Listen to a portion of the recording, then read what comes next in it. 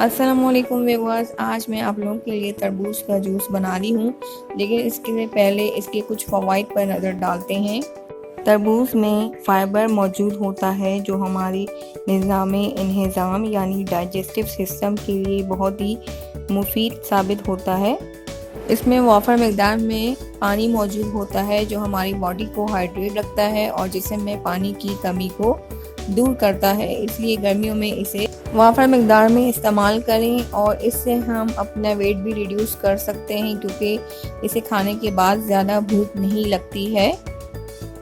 Recipe start करने से पहले मेरी आप लोगों से एक छोटी सी रिक्वेस्ट है कि अगर आप लोगों ने मेरे चैनल को सब्सक्राइब नहीं किया तो रेड बटन को हिट करके सब्सक्राइब करें और साथ में दिए हुए बेल आइकन को ज़रूर प्रेस करें।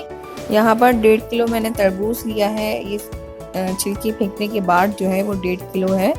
और आइस क्यूब हमें चाहिए हस्बे ज़रूरत, पानी हस्बे ज़रूरत, और चीनी हमें चाहिए 3/4 कप, और तुख मलंगा मैंने 3 टेबल स्पून पानी में सोक करके रखा है, 2 टेबल स्पून लेमन जूस और 1 टीस्पून काला नमक।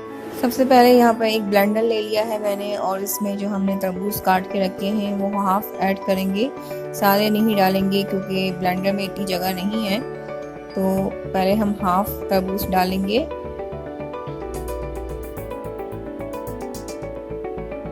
और इसमें बिल्कुल थोड़ा सा पानी मैं इसमें डालूंगी, ज़्यादा नहीं, क्योंकि तरबूज में भी पानी होता है, तो इसलिए इतना थोड़ा सा पानी डालना है ताकि ये ब्लेंड हो जाए इजीली। और इसमें हम ज़्यादा पानी ऐड नहीं करेंगे। ये थोड़ा सा पानी मैंने इसमें ऐड कर दिया है और इसके साथ ही मैं इसमें शुगर भी ऐड कर दूंगी। मैंने 3/4 कप ली है। आप अपने टेस्ट के अकॉर्डिंग ज़्यादा कर सकते हैं, लेकिन अगर तरबूज ज़्यादा मीठा है तो फिर आप इतनी ज़्यादा शुगर मत ऐड करें। इसको आप ब्लेंड कर लेंगे। इसे मैंने ब्लेंड कर लिया है और जो बाकी का तरबूज रह गया था वो भी इसमें डाल के हम इसे दोबारा से ब्लेंड कर लेंगे। इस तरह से ये इजीली जो है वो ब्लेंड हो जाएगा। अब एक मैंने बॉल ले लिया है, इस पे एक स्ट्रेनर रखा है और ये जो जूस है इसमें हम इसमें छान लेंगे ताकि जो भी बीज वगैरह हैं वो स्ट्रेनर में रह जाएं और हमें जो है प्योर जूस मिल जाए। एक चमचे से इस तरह करेंगे ताकि ये इजीली जूस नीचे चला जाए।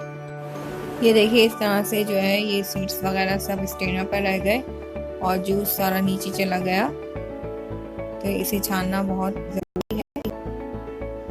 इस तरह से बीज वगैरह आपके मुंह में नहीं आते। अब इसे हम डिस्कार्ड कर देंगे। अब इस जूस को वापस से हम ब्लेंडर में डालेंगे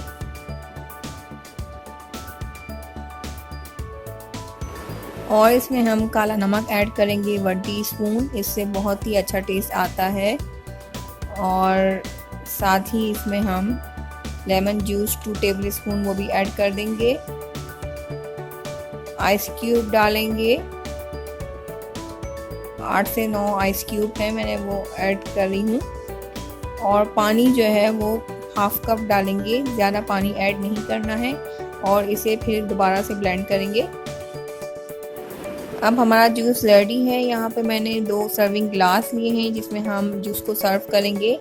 इसमें ये 1 टेबल स्पून जो है हम तुख मलंगा ऐड करेंगे, जो मैंने आप लोगों को दिखाए थे। ये भी गर्मी में बहुत ही फ़ायदेमंद है मैदे की गर्मी के लिए और गर्मी की शिद्दत को कम करने के लिए बहुत ज़बरदस्त चीज़ है। अब इसमें मैंने आइस क्यूब ऐड किया है और अब जूस डाल देंगे। दोनों ग्लासों में मैंने जूस डाल दिए हैं और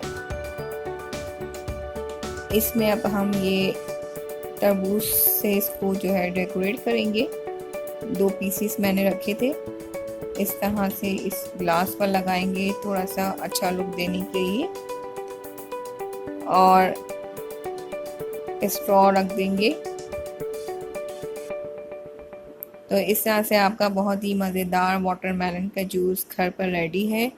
आप लोग भी ज़रूर ट्राई करें। इसे अब स्टिर कर लेंगे ताकि तुख मलंगा इसके साथ मिल जाए अच्छे से।